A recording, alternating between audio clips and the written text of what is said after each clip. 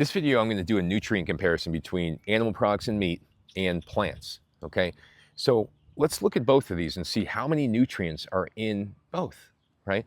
So when we look at animal products or meat, there's typically 50 to 100 unique compounds in there that could be beneficial to human health, all right? These are amino acids, these are B12, iron, selenium, zinc, things like that.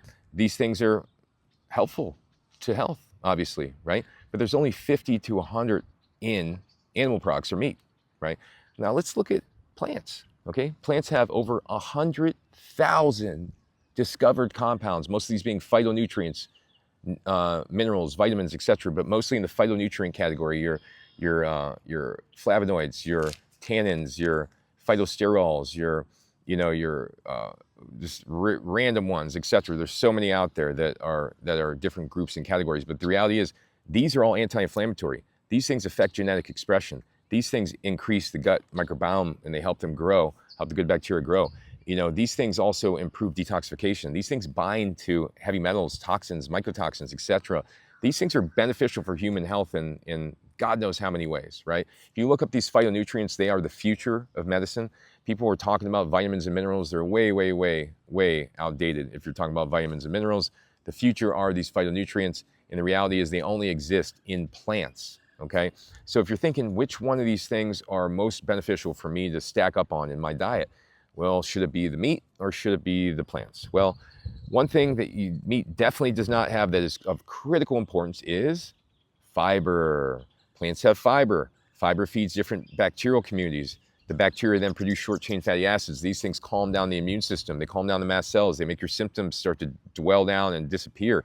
The reality is, meat doesn't have that. And the saturated fat that's in meat animal products immediately causes an inflammatory reaction like that in the body. It aggravates the mast cells immediately.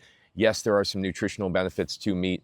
Yes, it is beneficial to have some animal products here and there. But when it comes down to a nutrient comparison between both meat and plants, there's no comparison at all.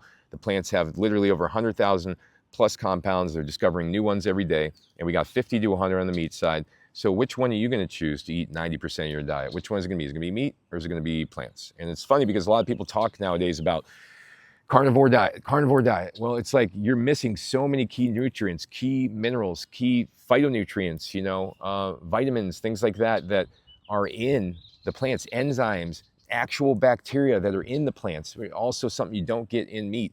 When people don't realize when you're eating plants, they actually have plant-based bacteria, the soil organisms in these plants. Go ahead and get some orange juice, shake it up and listen, right? You'll hear the bubbles. These are live bacteria that are in the orange juice that you're implanting when you're drinking the orange juice. You don't have that with meat. You cook it, you kill all of it. You're having a dead food, right? With plants, you're implanting live bacteria, nutrients, prebiotics, binders, immune modulators. All that is in plants in the form of phytonutrients, right? So when you're looking at these, which one you're going to choose, get your animal products here and there, but mostly focus on the plant-based foods. These are the things that cause the body to heal, that promote that process of regeneration and restoration. So if you have any questions, reach out to me. I am not against animal products and meat. I want to explain that very clearly, but I am much more in favor of plants, fiber, diversity. These things have been clearly shown in studies in various circumstances in my life with my clients, myself, my daughter, to have much more benefit over the long term. So I'm looking for long-term solutions. I'm not looking for short-term fixes, right? So thanks for watching, everybody. If you have any questions, reach out. My website is endsickness.org. I have hundreds of videos, hundreds of articles on there, teaching you how to heal out here in nature, teaching what I learned over the 22 years of experience I had in healing. So thanks for watching.